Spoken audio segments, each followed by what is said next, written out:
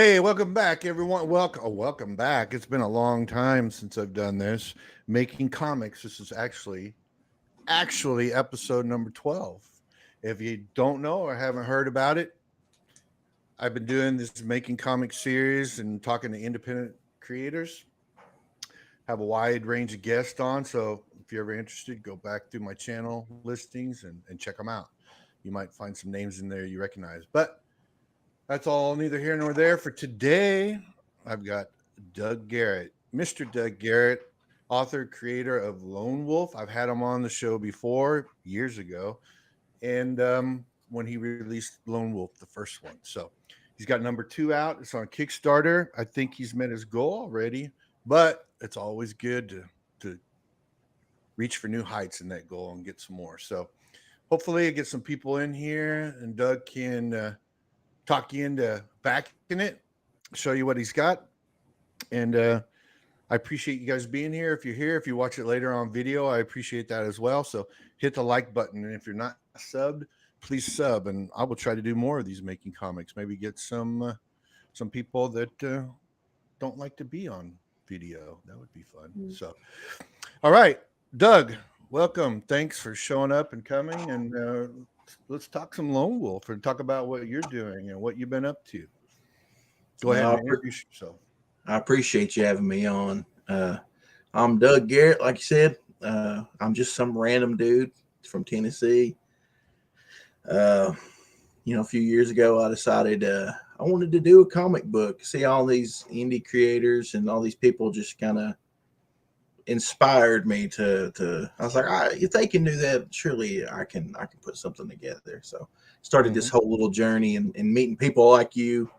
Been pretty fun. Yeah, well, I think, we obviously met on Twitter, and I think I did a piece of fan art for Lone Wolf, and then that's when you asked me to do, I think, the cover for it, right? Yeah, you did the cover for the Legends of Lone Wolf anthology. Yeah, that's like one of my favorite pieces. It was really awesome. Yeah, I mean, I really enjoyed drawing. Well, like the fan art piece I did, I'll show you right here. This was one of my, I don't know, favorite. Like, I think it turned out really well. I really like it, and I like the character. I like the way he's drawn up, and I have a soft spot for westerns. Okay, especially spaghetti westerns and things like that. So I'm actually working on. We haven't officially started out. We're in pre-production with Cal Jameson to do his book called 13 Bones, and it's kind of like a weird western. And so, yeah, the Lone Wolf piece was like awesome, and I felt honored you asked me to do the cover, and I thought it turned out pretty well. So appreciate that. So got Lone Wolf 2 on Kickstarter. You want to talk about that real quick? I think I have that pulled up. If you want to give me a second here, you go ahead and start talking. And well, we did Lone Wolf 1. It's been like 4 years. Lone Wolf 1 had Jeff Lasley on the art, and he absolutely, just did everything I asked. Absolutely killed it. But he had prior engagements. Like, he was already working on a book for somebody else and was already hired to do a book. So I couldn't get him we was going to have to wait on him doing book 2. So I talked to another artist, had some people flake out on me, as they do. Had another artist. It took him 2 years to do 5 pages. And then he wanted me to pay him and a ridiculous amount of money for 5 pages I could use. Right. So out of nowhere comes this guy named Andrew Acosta. He's got a channel on YouTube called Hermit Comics, and he does tutorials and shows people how to use Clip Studio and stuff. Just a fantastic guy. And he stepped up and did the first half of the book for me. And the pandemic happened, so that that just killed us right in the middle of the book. He's like me. He has a job where if they need you to come in, they call you, you have to go. You can't just. So he started working tons of overtime. I started working tons of overtime. And Eric Kent, who did the Cyclotron, he's doing Cyclotron too. Uh, he's like, hey man, I can finish the rest of the book as long as he's cool with it. So he did finish the second half of the book, and 4 years later, here we are. Right. Right. No, that's awesome. Like a quick shout out to everybody in the chat right now, everybody watching. I appreciate you guys being here. John LaChase, my good friend. Hey, go to hell, right? Go to hell. We're getting on that. Don't worry about that. We're gonna do it. I got it.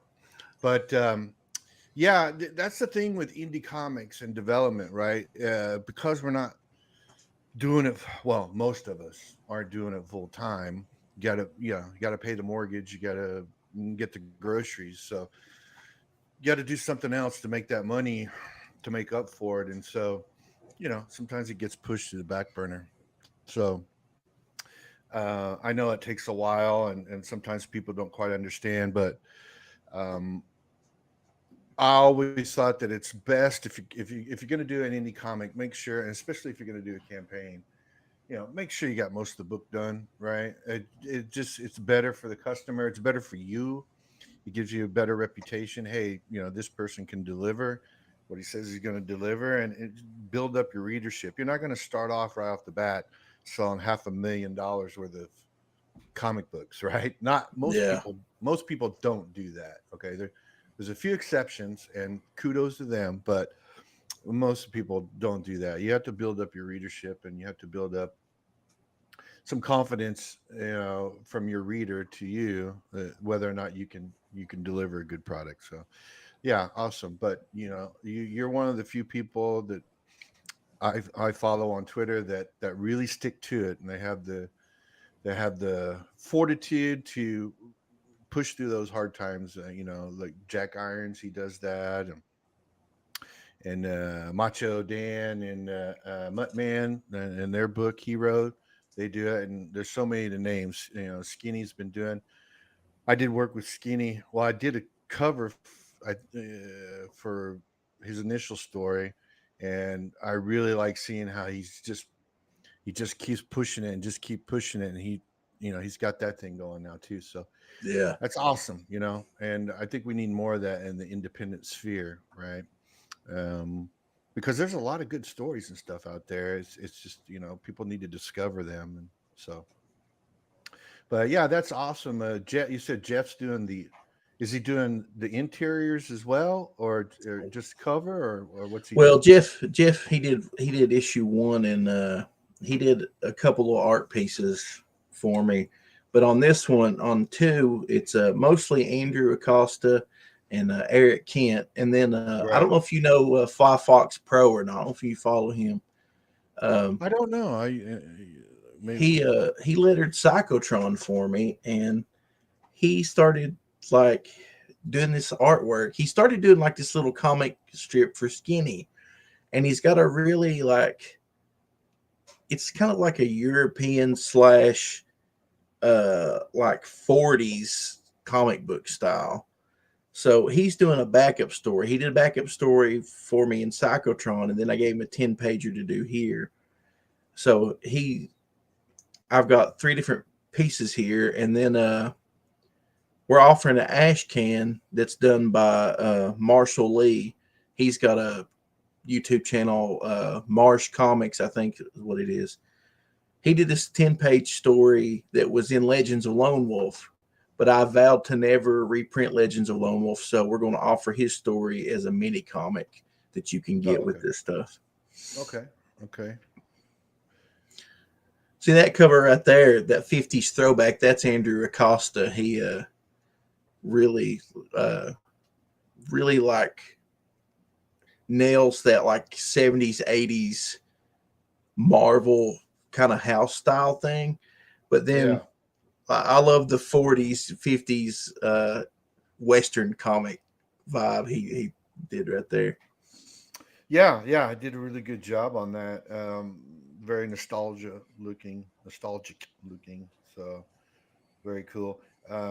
I do like this cover by Brad Ashworth. That's a really good piece of art Yeah. there. I really like that. Good pose, good composition. Oh, I sound like a freaking art elite, don't I? That's a really cool picture, man. Well, that's me. I'm just like, I like that drawing you did. That's pretty. That's a pretty drawing, okay? No, I know sometimes I get too deep in the weeds there, but it really is a good composition. He's got everything framed by the trees and the moon in the background, backlighting the main character, and the character's got a really good pose. It's a really nice piece of art there. They're all really good. Um, is this let's see? Is this some of the That's interior work here? yeah, that's a couple pages by Andrew Acosta. Yeah. And then I think after that we got a couple pages by Eric Kent. So like the book's pretty much divided in two sections. So you have the art's, Right. different because it's different artists, but we decided, the book's got to get done. And that right there is a Firefox Pro, uh, his This one kind of here. style. Yeah, Yeah. he's got his own little thing going on, and I enjoy it. No, that's yeah, it's good stuff. You got some colors in there. Is the whole book going to be colored? Or The just parts of it? we're just going to do that one. The color one right there is from the mini comic we're offering. Sword of the Samurai. Yeah, Yeah. it's the 10-page story, but the book's going to Okay. be black and white unless we can hit like a big stretch goal. That's the way we did the original book too. Because these books get more expensive to print all the time. Oh, for sure, for sure. Are you? I have to ask you. Are you? Are you getting printed by Print Ninja? No, uh, Okay. they're the ones that print in China, right? Yeah. Well, apparently they opened up a shop in America because they were getting so much business. I don't know that for a fact. I thought I'd read that somewhere, but I'm not sure. So, Um, I use Comics Wellspring. mm, I used Mixum on the first book and Comics Wellspring on Psychotron. mhm. Uh, and I really like both. Both of those are pretty good. I kind of like Comics Wellspring a little bit better because they offer like some hollow foil and stuff like that. Oh, okay. Okay. So, Where are they located? Do you know? uh, I believe they're in Michigan. Oh, okay. I know that there was another place that print comics that Ben Henderson sent me recommendation for. It was in Arizona called Ready. I don't want to say it's Ready Comics. Maybe it's Ready Comics. Yeah, I've Yeah. heard of them because I'm actually going to use them to print a glow in the dark cover, and I Yeah. believe Skinny used them for a metal cover for Otis Oh, Time did he? too. Yeah, Yeah. Ready Comics. That's what he has to say here in chat. Ready Comics. Yeah. I used them to do prints for when I went to a convention in Kansas in 2019. They did a lot of prints for me, and it was really well done. They did a really good job on them and pretty decent price. So I always thought I'd go to them if I ever needed a comic printed, but alas, my campaign didn't. It failed. It failed, Doug. So I never got the book out. happens. I never got the book out. So um, yeah, but in the future, if I ever go that route, I think I might look into them. I would really like to see you do the wreck because I was a backer on that. I thought your art you had posted was fantastic and it looked like a really cool concept. Oh, well, thank you. I appreciate that. Yeah, I'd like to finish it sometime as well. I have to find the time. I've been working on Corey's book, uh, Ikinu Oni. No, oh my God, uh, it's such a long name. uh, Akuri Inu, the Oni within. There you go. So I've been working on that, and we've been doing it in piecemeal because he's actually paying for the production of the book before he actually goes to do the campaign. So the book will be completely finished. It's being colored now, most of it. I think I have 3 pages to finish. There's 60 pages in total. And so, and then I'm doing a traditional cover for that as well on some Bristol board, pencils, and inks. And we're going to offer that as part of the reward. Awesome.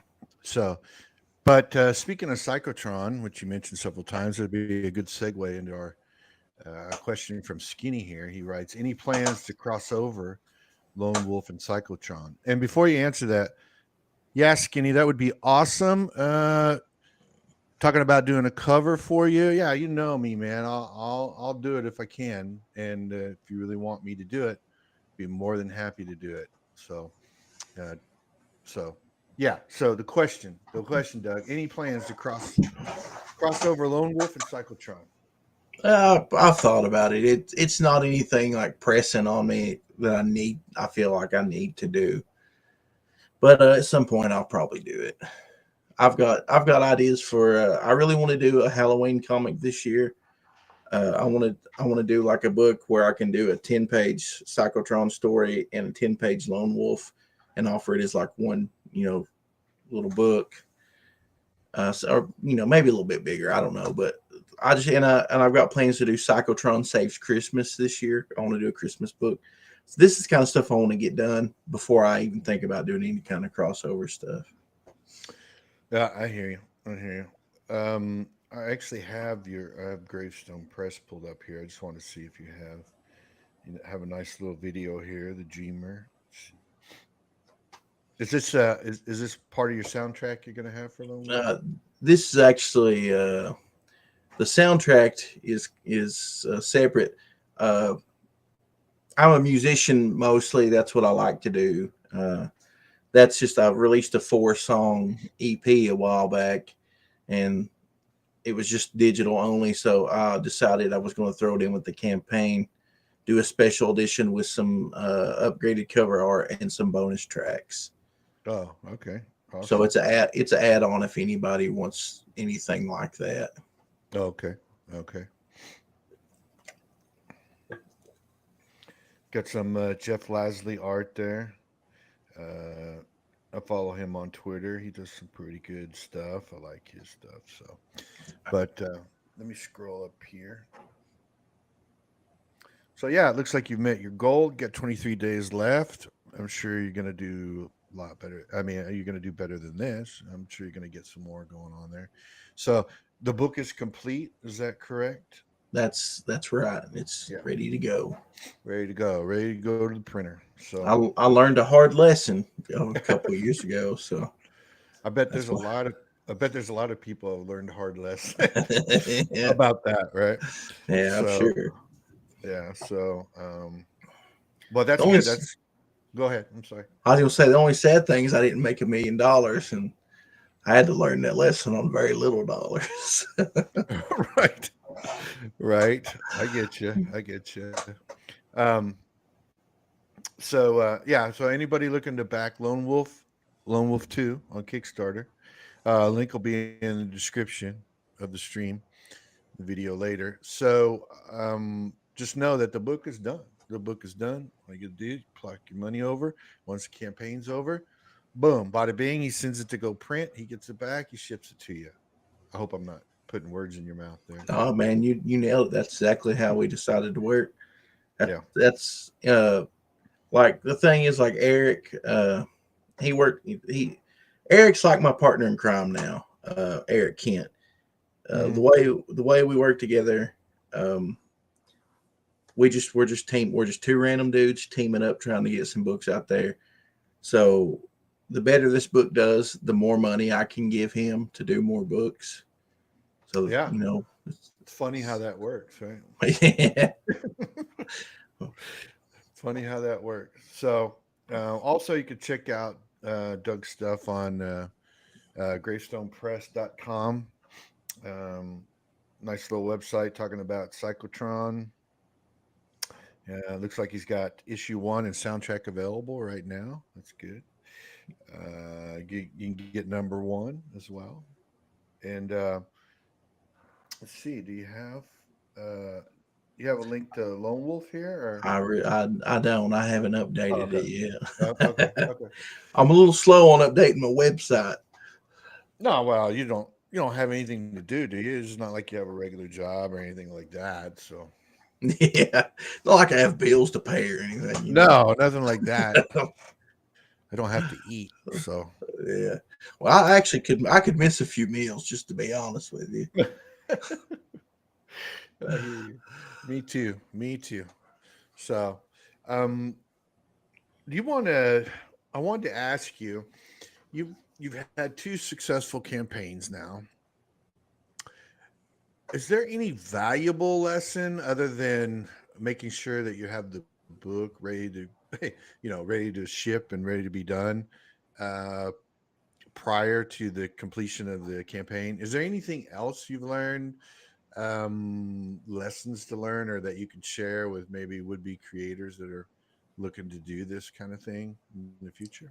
Well, me personally, I wouldn't just jump on any artist who comes along. There's people who are fantastic artists and people who just maybe are a blast. You're good friends with or whatever. Oh, excuse me, but you need to find somebody who really enjoys creating, uh, who maybe has an interest in what you're doing. That's one thing about Eric. Eric absolutely loves working on Cyclotron. Five Fox Pro, I'm gonna call him Daniel. He loves Lone Wolf. These guys are vested in my book. They're vested in the character, these characters personally, and they help craft the stories. It's not just a random job for them. And for me, I'm not a millionaire. I can't afford to pay these huge page rates and stuff. So we work as a team to try to make the best product we can. And that seems way less frustrating than dealing with somebody. I've had artists that I've worked with that they'll do a page or two. Like you'll be paying them, they'll send you a page, you pay them, whatever, and then they just flake on you. They disappear. They're gone. And then they might show up 6 months later and they're like, "Oh yeah, I've got another page for you." And it's like, "Well, dude, where have you been for 6 months?" Right. I just think you need to find. This is something Skinny says all the time. You need to find an artist who can grow with you. Um, I'd love to hire the best artist in the whole world. Like, no joke. I'd like to just say, "Hey, Bruce, I need these 20 pages. I'll pay you so much," and just throw it down there. But I can't do that. So I Why think not? everybody I'm just kidding. man, like no joke, I would love to. But I think that's something everybody needs. If you don't have the money, you need to really find somebody who loves what you're doing, who wants to create, has that drive to do it. A Right. lot of people don't have the drive to get things done. They want to. They'll say, "I want to do that. I want to make a book." And then it's like, "Well, what have you done in the past?" "Well, I drew these 2 pages and then I quit because I got bored or whatever." Hmm. You know. Hmm. So that's just what I think. That's just what goes on in my little brain.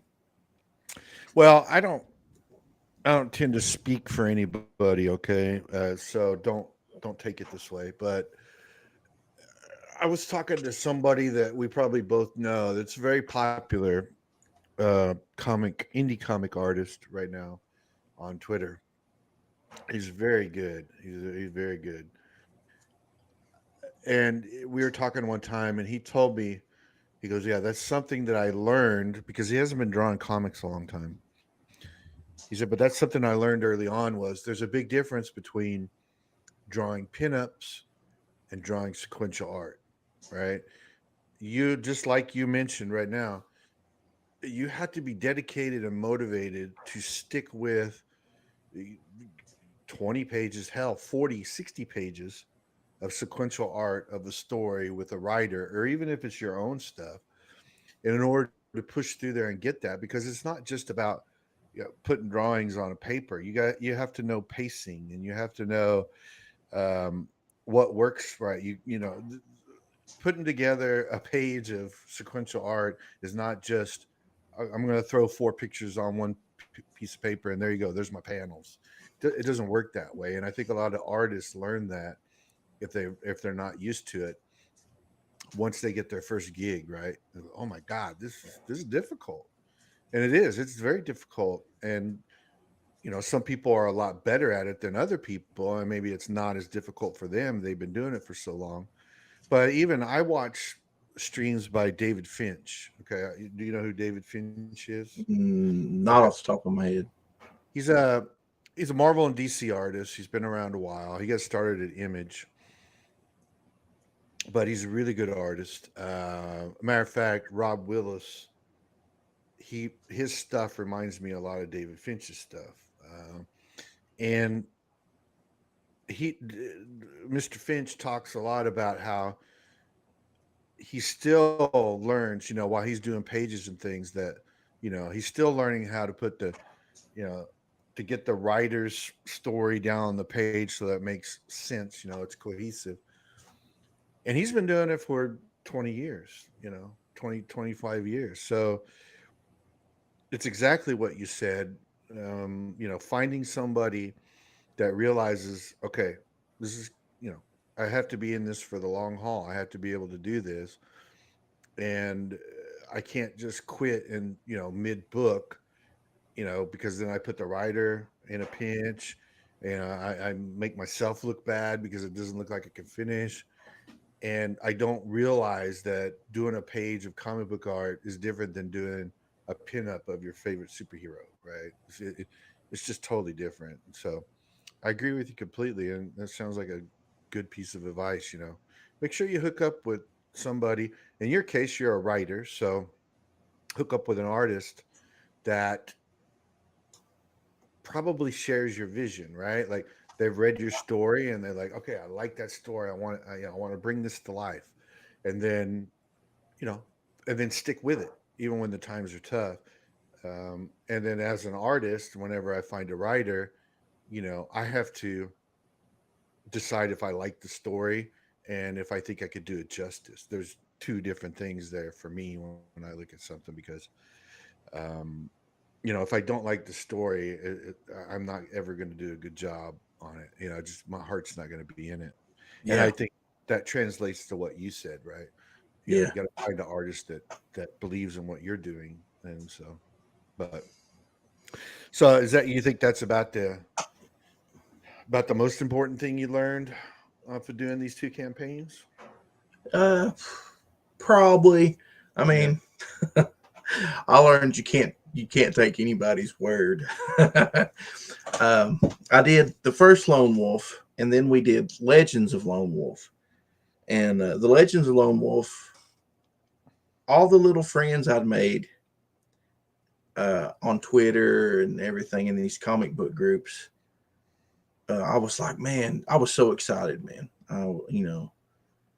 And I was like, I'm gonna get all these people together, and you know, I had some writers, I had some artists, and I was like, if you want to do 10 pages, here's my character, here's the rules, I give them a list of rules for the world.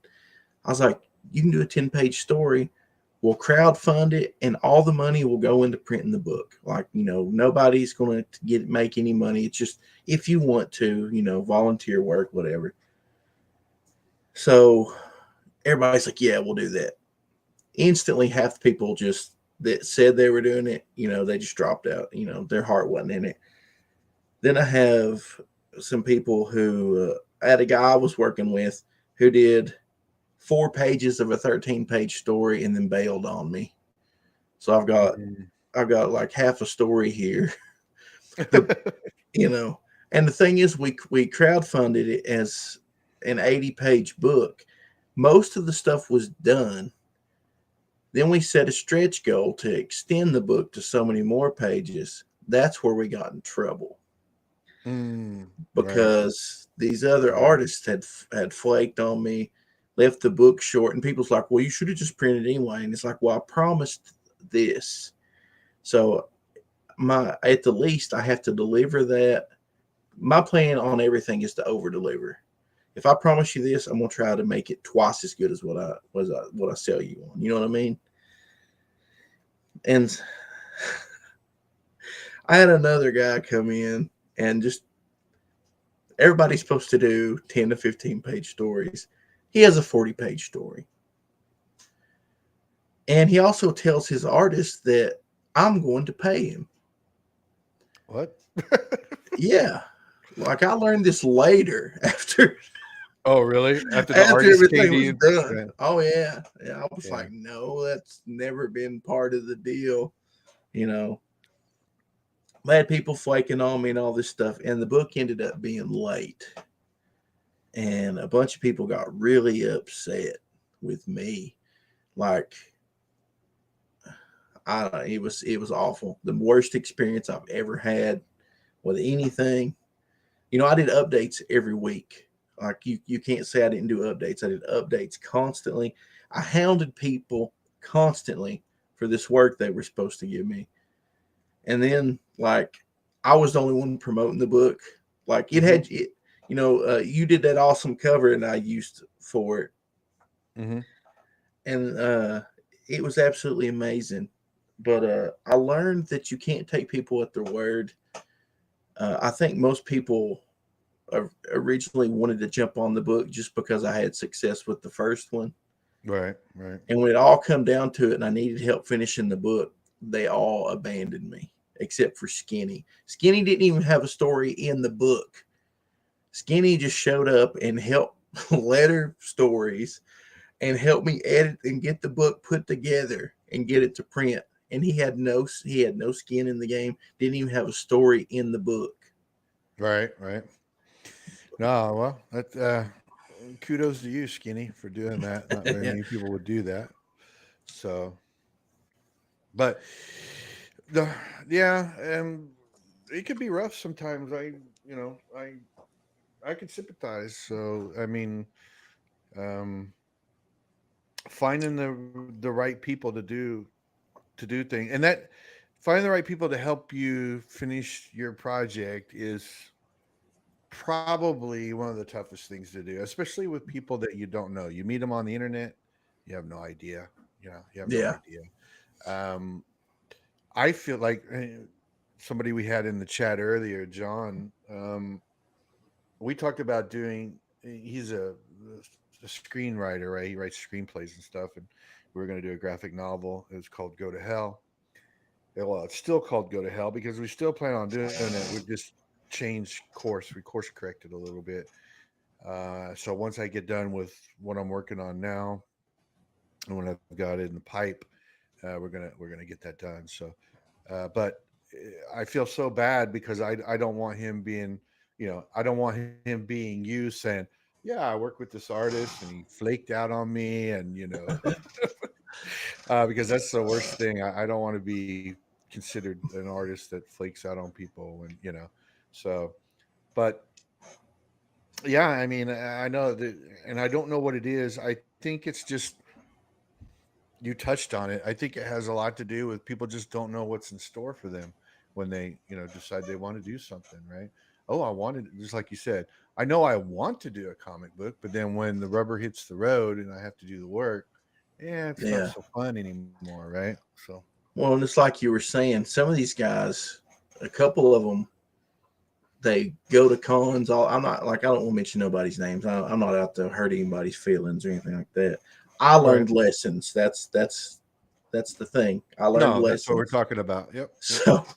So this one of the artists goes to cons all the time, does awesome commission work. Like he can do pinups like crazy. And I Mm-hmm. think honestly that's why he bailed on the book was he got halfway through those sequentials and was like, man, this is hard. Mm-hmm. And he just bailed. And quite a few other people did that. And there were some people whose art wasn't that great from a technical standpoint, but they had fun with it and got it done, and the story was still fun. Right. And it's Right. like, I don't know, you just got to be dedicated to it. I've seen people like one person in particular. I was talking about Daniel, who is a Fox Pro on Twitter. That dude just started like seriously drawing like maybe last year, the year before, and he has improved like 50 times just because he has the drive and that's what he wants to do. Right. Right. Well, okay, John, I know you say that. No, I believe you. I believe you. It's just I feel bad about it. So that's the only kid. So, are there any helpful tips you can give to somebody wanting to do a campaign that's never done one before? Like, just little things. I know a lot of people when they did the Comicsgate Revolution or whatever you want to call it, a lot of people decided to go with Indiegogo because the Kickstarter was kind of gatekeeping what kind of projects were going to go on there and things like that, or that was the impression. And then so a lot of people went to Indiegogo, and now people are learning. Oh, you know what? Indiegogo kind of does the same thing. Just depends. So, and I noticed yours was on Kickstarter this time. Was there any reason you decided not to go with Indiegogo this time and go with Kickstarter, or was it just experimenting? I want to see, you know. Kickstarter seems to be the place to be now. Okay. It seems like there's more people actually into indie comics. One thing about Kickstarter is they are more prone to kick you off the platform if you don't fulfill campaigns. That Kickstarter does. was yeah. That's where their gatekeeping came from. A couple people never. They funded some books and didn't never send them out, and they were banned from using the platform the next time they went to fund some books. Which I mean, I like Indiegogo fine. I actually prefer the Indiegogo setup because I can put pictures on the perks and the rewards. Right. Right. On Kickstarter you can't. Right. It just seems to be like that's where more comics are getting funded. Kickstarter did better than my Indiegogo on Psychotron. Kickstarter's done well for Skinny, and I don't know if you know Tonic Mole or not. He does the comic Saving the World. Um, I've heard. Yeah, I've heard of them. he seems to be, doing really well on Kickstarter. So uh, I figured, I'd try Kickstarter first. I'm going to do an Indiegogo. There's no reason not to do both. I don't think. Yeah. But I just wanted to start off with Kickstarter this time. It seemed to be a little bit more of a crowd there right now. Right. Now Kickstarter doesn't have the what is it called? The after campaign. Is it on demand? Is that what they call it? Yeah. Once your Yeah. campaign's done, it's done It's there. done. Right. Right. Okay. Well, I know that there's a couple more startup crowdfunding for comics things coming in down the pike. I think I can't think of the names of them right off the top of my head, but I know that there's at least two of them that are going I to try think to that one is Fund My Comic, maybe. fund. Yeah, fund my comics sounds like that's the right thing. Yeah, and then I think there's one more, but I don't know. I don't know what it is, but um, I'd be interested to see how those are going to turn out. I mean, hopefully for them, the people who are doing it, it's successful. More places to get those independent comics out would be a good thing, I think. So um, now you were mentioning that music is kind of like, is music your first love, right? You like to do music and Yeah, stuff. that's my favorite thing is recording and making music. Okay. So what made you decide well, I think I probably know the answer to this, but what made you decide to link that to your comics, like make soundtracks for your Well, titles? what's funny is every band I was in, I've tried to link the songs as a story in a concept album. Mm-hmm. Uh, and this seems like the ultimate way to make concept albums. You got the story. I did a soundtrack for Psychotron, and every song sets up a mood and gives you information about the character or the faction within the story. I feel like that just adds to the whole world in general. Like if you give that a listen and then you read and go, oh yeah, this song's about this and this, maybe it broadens the whole experience just a little bit, I think. Yeah, I wish I could write songs and play them and do them for my projects, but unfortunately, I can't do that. So I'll just have to come to you when I want something done. maybe you can do something for me. So, but also, you do well. I noticed that you usually do a live stream. Do you do that every day? I used to. Uh-huh. I've kind of backed off on it now. Hmm. Um, I just don't feel like used to. I'd talk about movies and news and stuff every day, and it's just I don't know. I'm I'm too lazy to do it, and just in all honesty, I have no interest anymore in movies or anything. Like I Yeah. am so burnt out and beyond Marvel and DC at this point. I don't care if they ever make another movie. If it's on TV for free, I might watch it. Man, they put out some turds lately, man. I just Yeah. they killed my whole interest in superhero movies. I'm older. I'm a more mature person than you probably. I'm in my 50s. Okay. And I remember TV shows like Amazing Spider-Man and even the old Wonder Woman with Linda Carter and even some very obscure ones like what was what was one that had it was a Hawkman that was in. Oh man, I'm not going to remember these, but they're so old, and they were total failures or whatever. But then I always thought, okay, there's never going to be a good superhero movie or TV show. I don't know when. Do you are you familiar with a comic book? It's a it's an old small press book, and it's by a guy by the name of James O'Barr. It's called The Crow. Oh man, I love The Crow. Yeah, I love the comic movie and book. I love the comic book. Yeah, and when they came out with the movie, I'm like, okay, maybe they can pull this off. It's based off of really good comic book story. And then, then crickets chirping for a while because, didn't really do a whole lot. And then Iron Man came out, right? More mainstream. And I really enjoyed the first Iron Man. I thought it was really good. And then after that, it just seemed like everything started to go downhill. After they had, of course, they had Spider-Man movies, and some of them were hit or miss. They were hit or miss whether they were good or not. And then Superman, the old Superman from what was it the 80s? Christopher Reeves. Um, those are pretty decent, but then after Iron Man, it seemed like Marvel, like, oh man, dude, I can't watch any of that. It's kind of like I know that ad nauseum. People talk about this all the freaking time, but since this is my show and I'm talking to you, I'm going to go ahead and voice my opinion. Star Wars is total trash now to me. Like Yeah. I can't watch it anymore. I just Yeah. can't. The last one I tried to watch was The Last Jedi, and I'm like, okay, I'm done. I can't do this. Right? I'll wait for other things to come out that I might enjoy. The Expanse, that TV series. I really enjoyed it up until the last episode, but everything else before that it was really good. And I read the first book of the series, and it was good.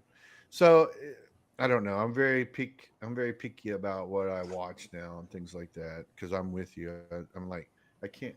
I'm tired of watching bad things, poorly written stories, and things like that. But Yeah. so I'm with you on that. I don't. My entertainment is my drawing tablet and probably YouTube. you know, you know, That's YouTube me, playing man. in the background. Yeah, I spend more time watching random content by random weirdos than I watch any TV now. yeah, yeah. I mean, I'd rather watch the random weirdos. Like I don't know. Are you familiar with a channel on YouTube? If not, you should check it out. I think you might enjoy it. It's called the Y Files. No, I've not heard of it. Oh my goodness, it's so. I'm so entertained by that thing. Every Thursday he has a new episode, and he talks about conspiracy theories and he gives both sides of the story. Can this be true?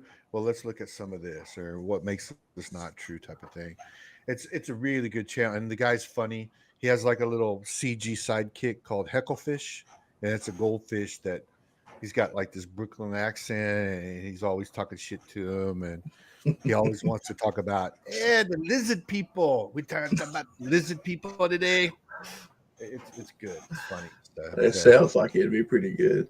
yeah, if you get a chance, you check it out. You can actually just play it in the background, listen to it because it's pretty funny. But and it does have some interesting stories on it sometimes. So, um, but so to get back, let's get back. Let's get back to Lone Wolf. I mean, it's kind of free form here, man. I'm not a big high production place. I like to talk and just chat about things, but the main reason I wanted you on was to make sure that we get Lone Wolf promoted, and you've been doing a really good job with that because you've already met your goal. So that is something that I think would be helpful not only for other indie creators that are new to this, but for me. I'm interested in this as well. I notice, and you don't have to tell me if you don't want to. Obviously, this is your own personal information or whatever. But I'm curious. On your Kickstarter, you have a $500 goal. Now, I'm pretty sure it costs more than $500 to print the book. I could be wrong. So, what made you go with a $500 goal? Well, you think that, but if you're only printing a small amount of books, it might not cost you $500. Oh, okay. No, Okay. the only thing that really sucks about doing that is that I split whatever profits I make amongst the team. So, like the last book, we didn't really make anything. I've got like a little bit of money to spread around. This Mm-hmm. time, we're trying to hit a little bigger. Everybody knows it's going to take a little while. See, Lone Wolf 1 did really well, Mm-hmm. but I sold the book so cheap. I don't know if that's why we did well or not, but I ended up it bit me in the butt because it was so cheap. You know what I mean? Right. In the So, end, you but didn't hardly make any money, right? yeah. So Right. here, like nobody's really getting paid. We can print the book at this price, and do okay. But like everybody's time is pretty much donated at this point. Right. I got But you. I'm really hoping, I've got Lone Wolf 1 out there. I've got Psychotron. This, Lone Wolf 2 funded. We'll definitely print it. Psychotron 2 is going to be like right on its heels this summer. We'll have it, going. I'm hoping we can pick up some momentum and start building up a little bit of, steam, and that way everybody can start reaping some benefits from doing this. Right.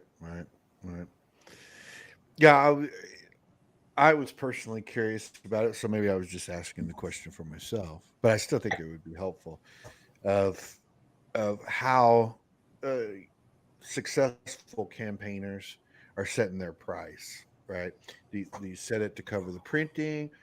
Are you setting it to cover all the costs that you know had to come up with in order to get the book completed? Is it just something that, oh, this is just a token amount because I'm going to put it out anyways?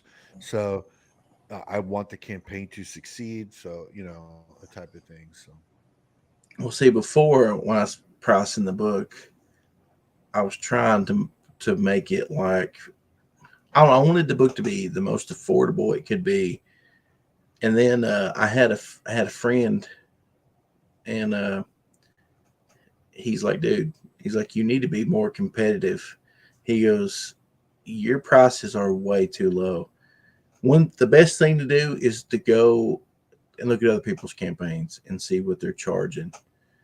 It might only cost so much to print so many books, but you don't know how many books. Most print runs have a minimum. You have to print so many books. And that's one thing that kind of hurts. It might just cost $100 to print like 25 books, but mm-hmm. if you only sell 10 books, you know, you've got those others that you spent Right. that money Right. on, which you can sell down the road, but that's down the road. You didn't sell them now. Right. Right. So like the dude came to me. He's like, "You got to look." He's like, "This is what I sell my books for." He's like, "My books are the same length as your books," and I was like, "Really?" And he was like, "Yeah." So uh, I tried to be a little bit more. I'm not going to say competitive because I was more competitive before with the cheap prices, but people expect to pay more for indie comics. We're not competing with Marvel and DC. Something that kills me is when people say they think indie comics is going to save the industry. Indie comics is not a part of the industry. Indie comics is a niche market. You're only selling to people who really like comics or like indie comics. You know, my book's not going to be all over. You're not going to be able to go to the comic shop and pick it up. I'm only selling to people who's looking for that kind of thing. So I don't need to act like I'm being competitive with Marvel and DC because the people that's looking for Spider-Man's not going to buy Lone Wolf. It's a completely different thing. Right. Yeah, I agree with you there. Independent comics have always been a niche market. Way back in the when there was underground comics, like the Fabulous Furry Freak Brothers or Fat Freddy's Cat or Robert Crumb stuff or things like that. Um, it was independent of the mainstream. That's indie comics, right? Then it was small press, black and white press, whatever. That's the part I was a part of back in the mid '80s, and then it's always going to be that way, And the only, in my opinion, the only thing that saves the comic book industry, if it needs saving, is that people start putting out good stuff and other people go buy it, right? Now, it's interesting that you brought up, your cost, you're way too cheap. I think I went through the same thing when I did my campaign. I had a printed tier, right? You get a printed book and a signed print for $7. Okay. That's pretty damn cheap compared to what a lot of campaigns are, right? Mm-hmm. And I had this argument, or not an argument, I had this discussion back then with other people. Well, why aren't you charging 25 bucks? Just put out 20 more pages and charge 25 bucks.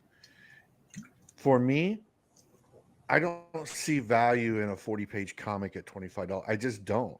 I Even if I go to the comic book shop and I see a graphic novel that has it's basically a compilation of 4 issues or 5 issues and they're 16 bucks. I have a hard time justifying that cost. I mean, I just do. Maybe I don't love comics enough. I don't know. I've only Dude, been in the me and industry a long time and I collected comics, but you know, I just don't. It's hard to see the value in that. Now, it sounds maybe like me that's and on you are on the right. same page. I felt the same way.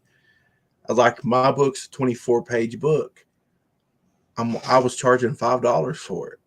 Uh, really, like we weren't making much, like maybe $1.50 a book. And by the time Mhm. you add in everything else, paying for the book to get shipped to you and everything, you're not making anything.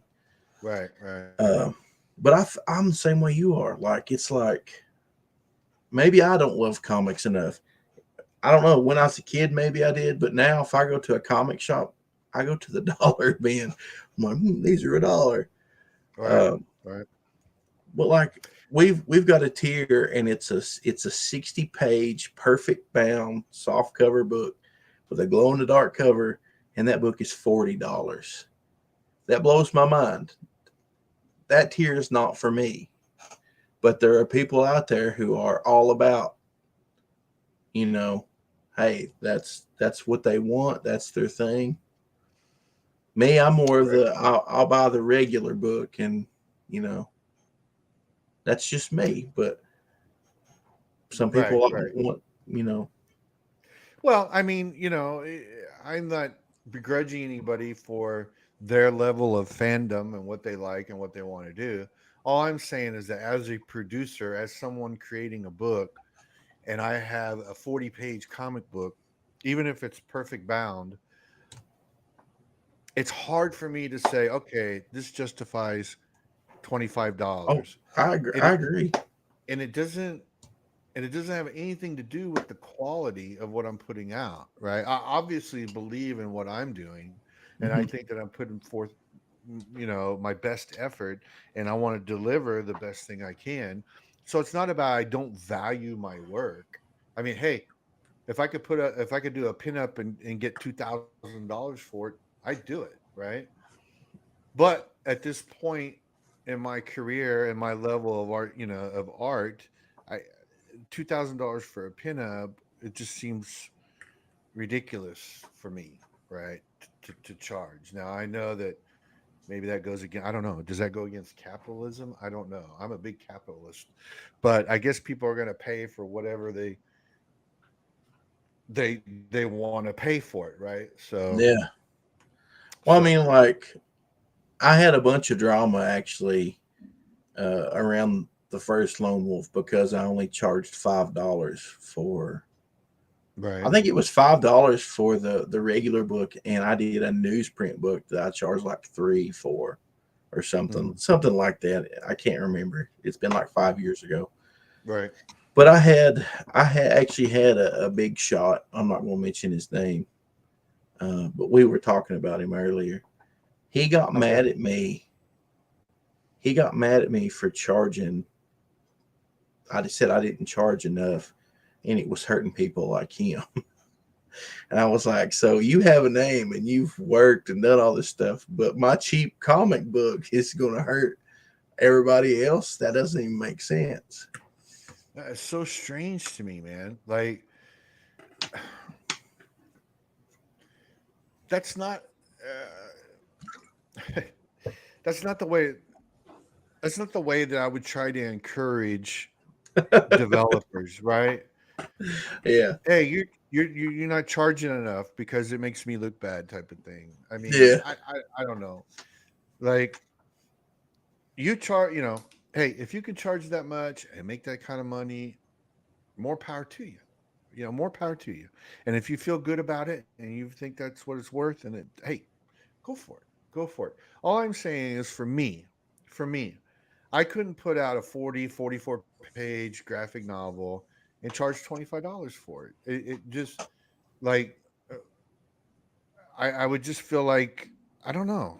I can't explain it. I can't explain I, it. It dude, doesn't feel like it's worth it. I know how you feel. Like I said, Mhm. I had this dude.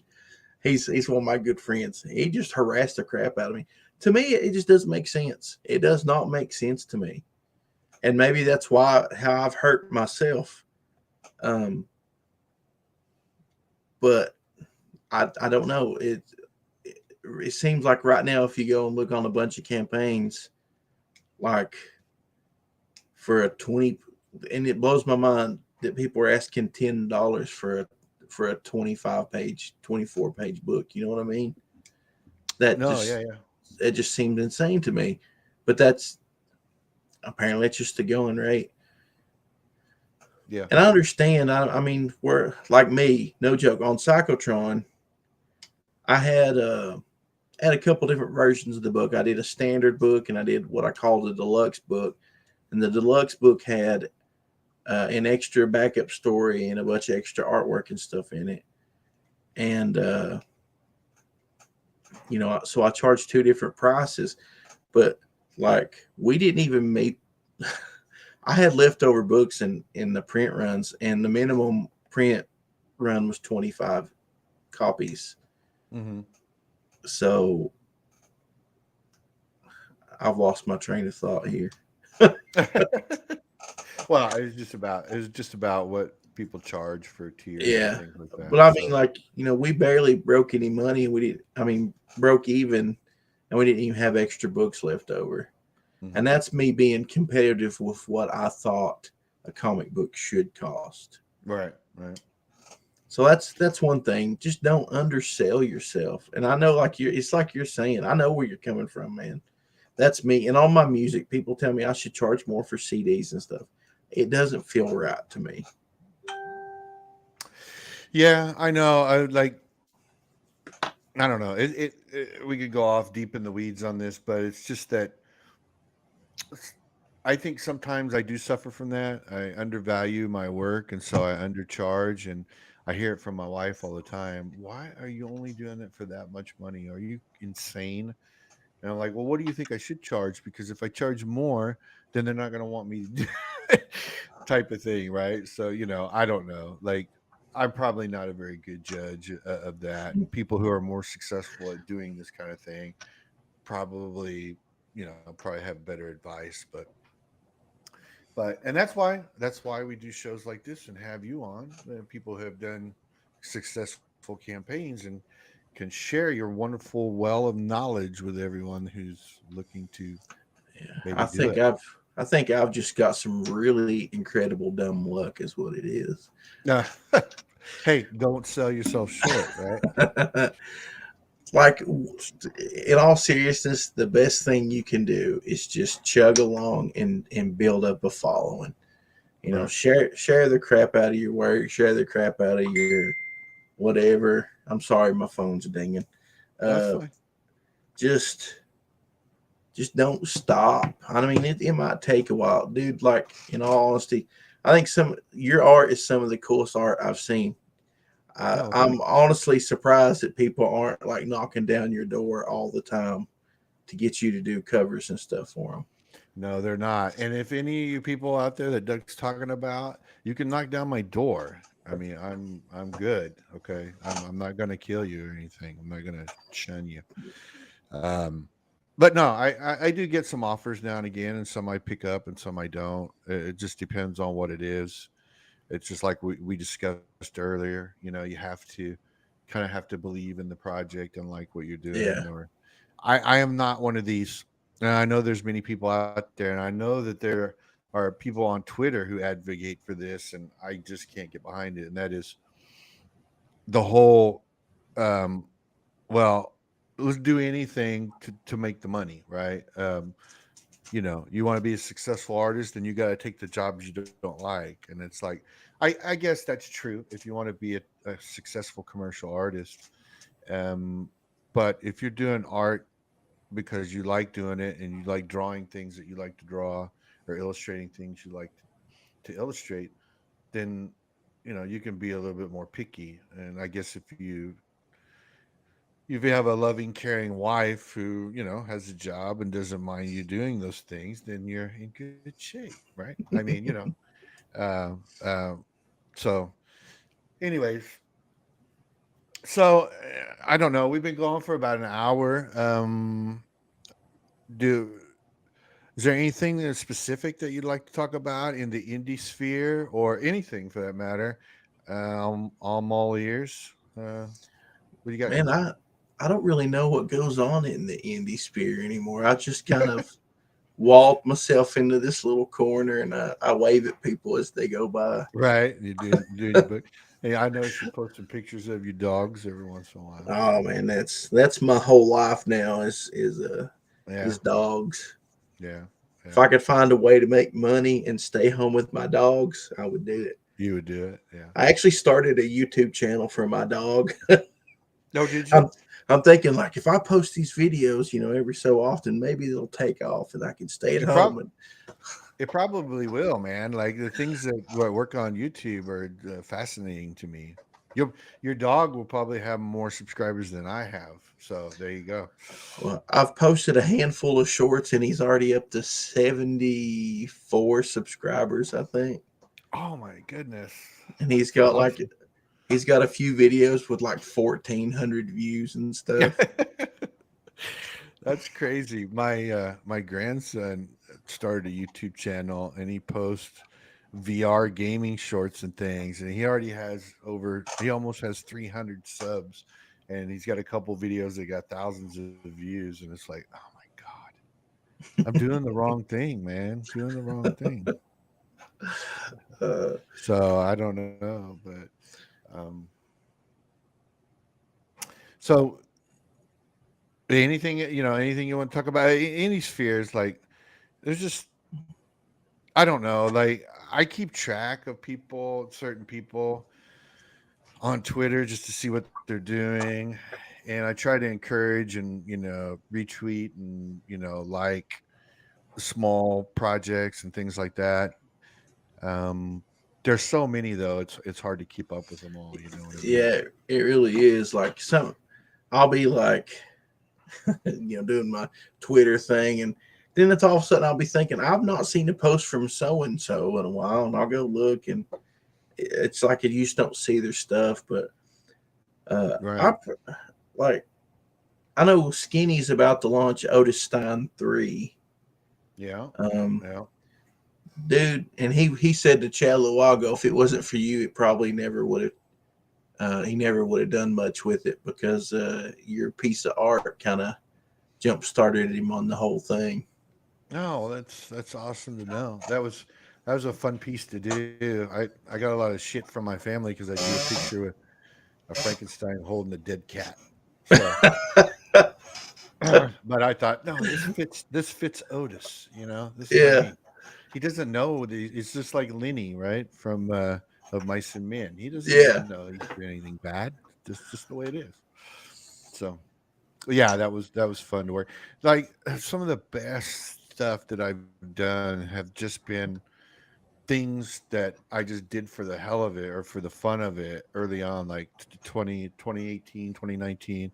I did some fan art for Jack Irons. I think you've probably seen it where Jack is fighting aliens, right? hmm In the movie.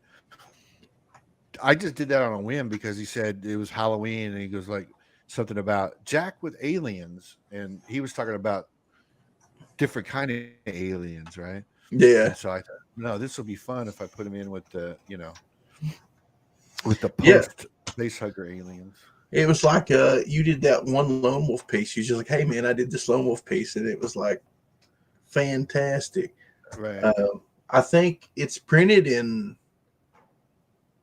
when I did Legends of Lone Wolf. I did a variant of the book with a Muttman cover that's printed Right. on like faded newsprint, and I put that pin up in the back of it because it was Oh, awesome. so stinking good.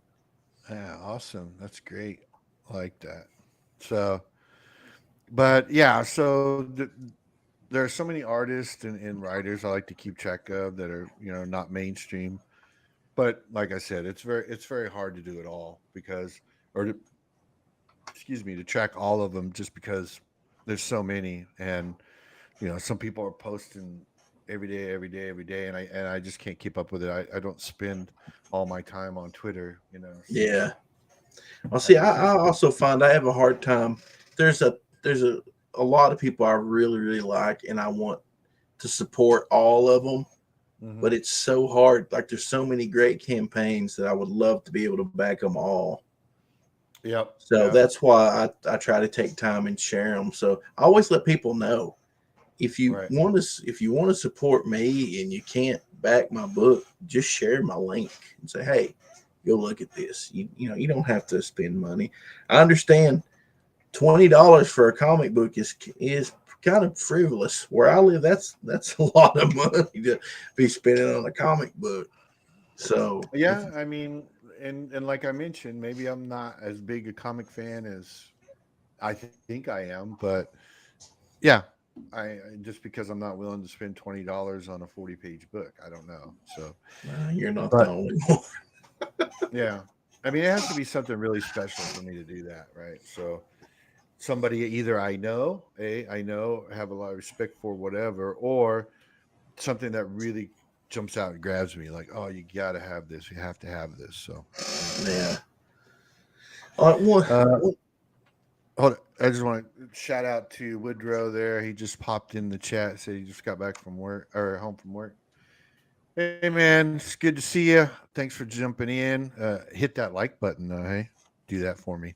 But yeah, we actually talked about a little bit about your book, a little bit there, Woodrow. So that's who I'm working with for the Oni book. So cool. um, go ahead. I'm sorry, I didn't mean to interrupt you. Oh, that's all right. I was gonna say one of my favorite things about indie comics. Uh, I don't know. Maybe it's just fatigue from all these Marvel movies, or maybe I don't know. Maybe it's just that comic books have been really bad for a long time. but I am so burnt out on superhero comic books. Uh, Mhm. I could care less about superhero comics and indie comics. If you're making a superhero comic book, I'm probably not going to pay any attention to it. But that's one thing I like about indie comics is that you can find anything. There's so much different Right. stuff, and Right. people, you know, another piece of advice I'll just throw out here: don't worry about any kind of rules people give you. All these rules that, like, I had people tell me, well, you can't do this and you can't do this because this is the way the pros do it in these books, and they do this and do this. Just make your book. If you like Right. the way it looks, just go for it. Try something new. It's the same way with music. Everybody gets stuck in these patterns and these formulas, and you have to do it this way. Back in the 60s, like the Beatles, if the Beatles would have followed the formula at the time given to them, they never would have made like Sergeant Pepper's and Magical Mystery Tour. Uh, Yeah. No. Led music, Zeppelin was another one. Yeah. exactly. The music would have just been the same old thing. These guys pushed boundaries and did, and I think with comic books we can do the same thing. Don't follow. You don't have to follow those rules. Yeah, you want to make your book where you can read it, and you want some cool art, but I think people stress too much on some of this stuff. Maybe I'm just insane. I don't know. What do you think about it? I think I think you're right. Um, and you're right about indie, all the way back from small press and underground comics. That was the hotbed of experimentation. You know, what can we do? What can we do in order to tell our stories and get them out there and see if people like them? I mean, Marvel and DC, they weren't going to make a comic book about friends having stoner adventures, right? And getting high all the time. Okay.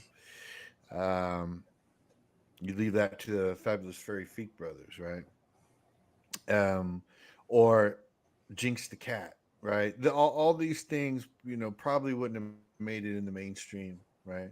But they left an impression on a comic book readership back in that day that said, wow, comics are really cool. Think about a point being, think about Judge Dredd, right? Judge Dredd, total underground comic when it first started. Of course, it started in England, right? 2000 AD, the the magazine, the zine. But Marvel and DC would have never made that book. They No. would have never printed that story. But that's some of the best story stuff. I mean, Judge Dredd, of course, my opinion, obviously, but Judge Dredd is some of the coolest stuff, right? Oh, it's about fascism. It's about this. Yeah, so what? But it's a story. It's fiction. It's about this. This is what would happen if you let the people be judge, jury, and executioner, right? It's cool. It's sci-fi, Yeah. and that's the way it is with independent comics these days as well. You don't have to have everybody has to have a super. I see that too. Duh. I see that all the time too on Twitter. Well, in order to be successful, you're going to have to do this. There's this there's this list of things that you're going to have to follow, and if you don't do it, you're not going to be successful. No, that's not true. You don't ever know what's going to be successful. Something you write might be totally off the wall, but might resonate with a bunch of people, and they're going to buy it, and then you're going to be successful. You don't Mhm. ever know. You don't ever know what's going to be successful and what's not. And you know, kudos to anybody that can go out there and start their own thing and become successful, get a readership. But like you said, it doesn't happen overnight. You have to. It very rarely does it happen overnight. Sometimes you have to work at it and improve your craft. And just like you said, even if you make technical mistakes, you're going to learn that through the process. Now, depending on how much money you want to spend, if you just want to make a web comic to refine your technical abilities as far as making a comic, that way you learn, you get feedback from people. Oh, I like the story, but it's so slow. The pacing's slow, or maybe the art's not quite like I thought it should be for this book or whatever. You learn that stuff as you go along, right? And then you improve and improve and improve. Nobody's a big hitter right out the gate. Usually there are some exceptions, obviously. So I agree with you on that. and that's the good thing about independent comics from way back in the day, even today. It's the same thing. You get to see so many different things. You don't have to settle for, oh, this is going to be all superheroes. Well, I guess I just have to stick with superheroes all the time. No, you don't have to, because you can go find a book about this, or you can go find Lone Wolf, or you can go find Otis Stein, or eventually, soon, right? Soon, Woodrow. You're gonna find a book about Oni, or you're gonna find a book about. Hopefully, soon you're gonna find a book about a Sasquatch, right? Or so these are that's the good thing about independent comics, and that's why I like to promote them. And I know I ramble on, I talk a lot. I blame that on my age, by the way. I'm old, and so old people like to talk, even though we can't talk a lot. We drool, but anyways. So, um, like I said, we've been going for about an hour, 16 minutes. I don't want to keep you all night or whatever. Um, is there anything else you'd like to get out there? Anything at all? I think I've ranted about everything.